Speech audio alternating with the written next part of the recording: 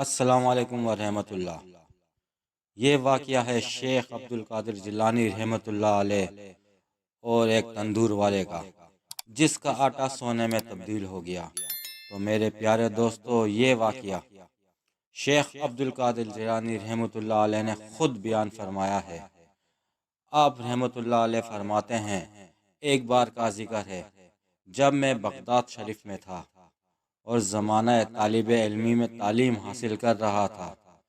جب میں اپنے گھر کو چھوڑ کر بغداد شریف آیا تھا، جو دینار میری والدہ ماجدہ نے مجھے دیے تھے وہ بھی اب ختم ہو چکے تھے، جس کی وجہ سے مجھے کافی تنگ دستی اور آزمائش کا سامنا کرنا پڑا تھا، اور کئی روز تک مجھے کھانے کے لیے کچھ بھی نہ ملا۔ اب ایسا حال تھا کہ کسی کے آگے ہاتھ پھیلائیں، اللہ کے سوا کسی سے مانگے، بھیک تو صرف اللہ تعالیٰ کے در سے ہی ملتی ہے۔ مجھے شرم آتی تھی کہ میں کسی سے کچھ کہوں یا کسی کو یہ بھی کہوں کہ مجھے بھوک لگی ہے یا مجھے کھانے کے لیے کچھ دے دو۔ اگر اس ویرانے سے جنگل سے کچھ مل جاتا تو یہ تو اللہ تعالیٰ کی جانب سے ہوتا، مگر کسی انسان کے آگے آ کر شرم سے سر جھکانا یہ منظور نہ تھا، اور قرض تو میں لینا ہی نہیں چاہتا تھا کہ قرض لوں اور کسی کو کہوں کہ مجھے کچھ کھانے کو دے دے۔ لیکن کیا کریں، اس ویرانے اس جنگل میں کچھ بھی نہیں مل رہا تھا۔ حال ایسا تھا کہ آنتوں سے آوازیں آنے لگی اور ایسی حالت تھی کہ شاید دم ہی نکل جاتا، کہ بھوک لگ رہی تھی اور اس جگہ کچھ بھی نہ تھا۔ اللہ تعالیٰ سے دعا مانگی، یا اللہ تو کوئی انتظام کر دے، غیب سے میری مدد کر دے، غیب سے روٹی کا انتظام کر دے۔ ایک دن بھوک کی شدت میں دریائے دجلہ کی طرف گیا تاکہ وہاں مچھلی یا سبزی کے پتے کھا سکوں، مگر وہاں مجھ سے پہلے فقراء اور درویش موجود تھے، اور اگر کوئی چیز ان کو ملتی تو ان سب پر سب کا رش پڑ جاتا۔ میں شہر لوٹ آیا کہ وہاں کوئی چیز تلاش کروں، لیکن وہاں بھی کچھ نہیں ملا۔ بالآخر میں بھوک سے نڈھال ہو کر مسجد کے ایک کونے میں بیٹھ گیا اور اللہ کا ذکر کرتا رہا۔ شدت بھوک اور پیاس سے میرا سر چکرانے لگا اور آنکھوں کے آگے اندھیرا چھانے لگا کہ اٹھنا مشکل ہو گیا تھا۔ واقعہ اتنا بڑھ گیا کہ جسم میں جان نہ بچی۔ تبھی غیب سے ایک آواز آئی، اے عبد القادر، اب آپ برداشت نہیں کر سکو گے، اٹھو اور کسی سے قرض لو اور کسی سے قرض لے کر اپنے لیے روٹی لاؤ۔ لیکن آپ کو یہ بات برداشت نہیں تھی کہ آپ کسی سے قرض لے کر اپنے لیے روٹی لائیں، لیکن بھوک کی شدت اتنی بڑھ چکی تھی کہ آپ نے مجبور ہو کر اپنے قدم شہر کی طرف بڑھا دیے۔ دکانیں تو بہت تھیں، لیکن آپ ایک نان والے کے پاس آئے۔ اس نان والے نے آج تک آپ کو نہیں دیکھا تھا، کیونکہ آپ نے اس سے بلکہ کسی سے بھی روٹی نہیں لی تھی، اور اس نان والے کے دل میں اللہ تعالیٰ نے ان کے لیے یہ بات ڈال دی تھی کہ یہ اللہ تعالیٰ کے برگزیدہ بندے ہیں اور جوانی میں ہی اللہ تعالیٰ کی طرف رجوع کر چکے ہیں، طالب علم ہیں، اس لیے ان کے لیے روٹی کا انتظام کیا جائے۔ اس کے دل میں خود بخود آپ کی عزت آ گئی اور ایسے لگنے لگا کہ وہ آپ کو پہچانتا ہے، آپ کی بہت عزت کرتا ہے۔ آپ فرمانے لگے کہ وہ مجھ سے کہنے لگا، آپ عبد القادر ہیں؟ تو میں نے کہا، ہاں میں عبد القادر ہوں۔ وہی عبد القادر جو بغداد شریف میں علم حاصل کرنے آئے ہیں؟ آپ نے فرمایا، ہاں میں وہی ہوں۔ نان والے نے کہا، کیا لینا چاہتے ہیں؟ میں نے کہا، اگر میں روز تم سے ایک نان لوں تو کیا تم مجھے دو گے؟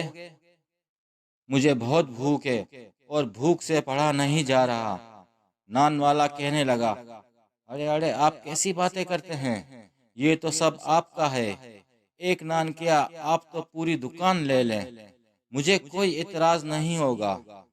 لیکن میں نے کہا کہ نہیں، مجھے صرف ایک نان چاہیے، اور روزانہ مجھے 1 یا 1.5 نان دے دینا، اور اس کے بدلے جب بھی میرے پاس پیسے ہوں گے تو میں تمہیں قرض لٹا دوں گا، کیونکہ میں اپنے سر پر کوئی بھی قرض نہیں رکھتا۔ نان والے نے کہا، حضرت مجھے کوئی مسئلہ نہیں، میں نے آپ سے کہہ دیا ہے کہ یہ سب آپ کا ہے، جتنا دل چاہے آپ لے سکتے ہیں، لیکن میں نے کہا کہ مجھے صرف ایک ہی نان چاہیے جس سے میرا پیٹ بھر جائے اور جس کی وجہ سے مجھ سے پڑھا جا سکے۔ اس کے بعد میں نے نان لیا اور واپس جنگل میں آ گیا اور اللہ کا شکر ادا کیا۔ میں اپنی کتاب پڑھنے لگا، علم حاصل کرنے لگا، علم کی منزل طے کیے جا رہا تھا۔ یہ علم دنیا کا علم نہیں تھا، بلکہ اسرار و رموز کھل رہے تھے، وہ باتیں پتہ چل رہی تھی جو کسی عام انسان کو پتہ نہیں چل پاتی۔ یقیناً یہ وہ علم تھا جس سے دنیا اور انسانیت کو فائدہ پہنچنے والا تھا۔ اب یوں ہی دن گزرتے گئے۔ ایک دن آپ کے دل میں خیال آیا کہ میں تو روز اس نان والے سے نان لیتا ہوں اور وہ مجھے بڑی محبت سے نان دیتا بھی ہے، میری عزت بھی بہت کرتا ہے، لیکن کیا یہ ٹھیک ہے کہ میں قرض پر قرض لیتا جا رہا ہوں، جبکہ میں نے اس سے وعدہ کیا تھا کہ میں یہ اپنا قرض لٹا دوں گا، لیکن میرے پاس پیسے نہیں ہیں، تو پھر میں کہاں سے اس نان کے پیسے واپس کروں گا؟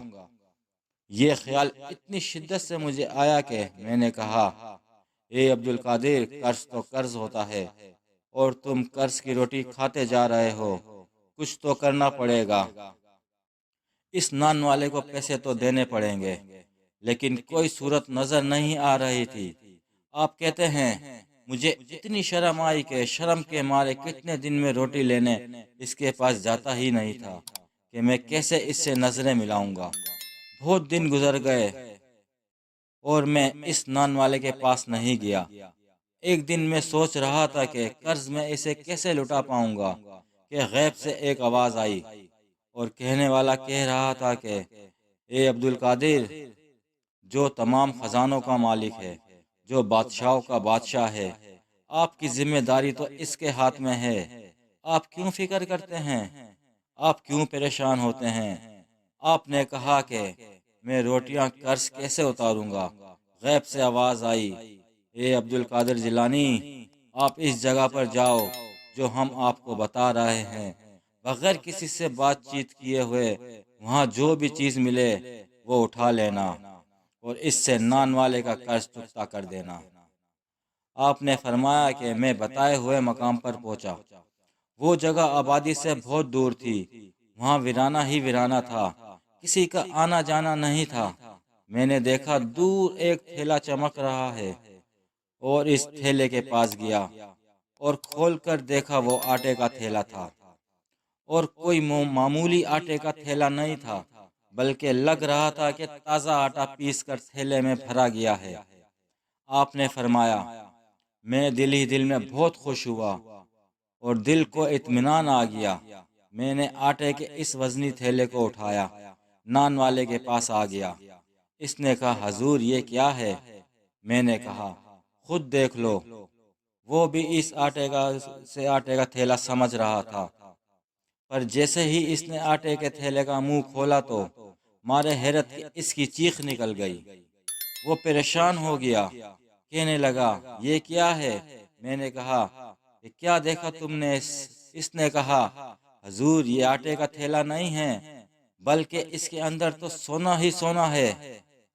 اس نے کہا کہ حضرت اتنی جلدی کرنے کی کیا ضرورت تھی، اور اگر آپ نے دینا ہی تھا تو چند سکے ہی دے دیتے، روٹیاں اتنی زیادہ نہیں تھی اور کچھ دن تو آپ میرے پاس آئے ہی نہیں تھے، میں آپ کا انتظار کر رہا تھا، اور جب آپ آئے ہیں تو سونے سے بھرا ہوا تھیلا لے کر آئے ہیں۔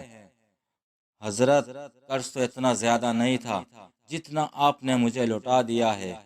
آپ فرمانے لگے، یہ ہماری طرف سے نہیں، یہ تمہیں اللہ تعالیٰ کی طرف سے ملا ہے۔ اللہ تعالیٰ جس نے ہمارا ذمہ لیا ہوا ہے، اللہ تعالیٰ نے ہی تمہارا یہ قرض لٹایا ہے، اور پھر جس کا قرض اللہ تعالیٰ اتارے تو اس کے پاس تو پھر بے حساب ہی رزق ہوگا۔ وہ نان والا آپ کا حقیقت مند بن گیا۔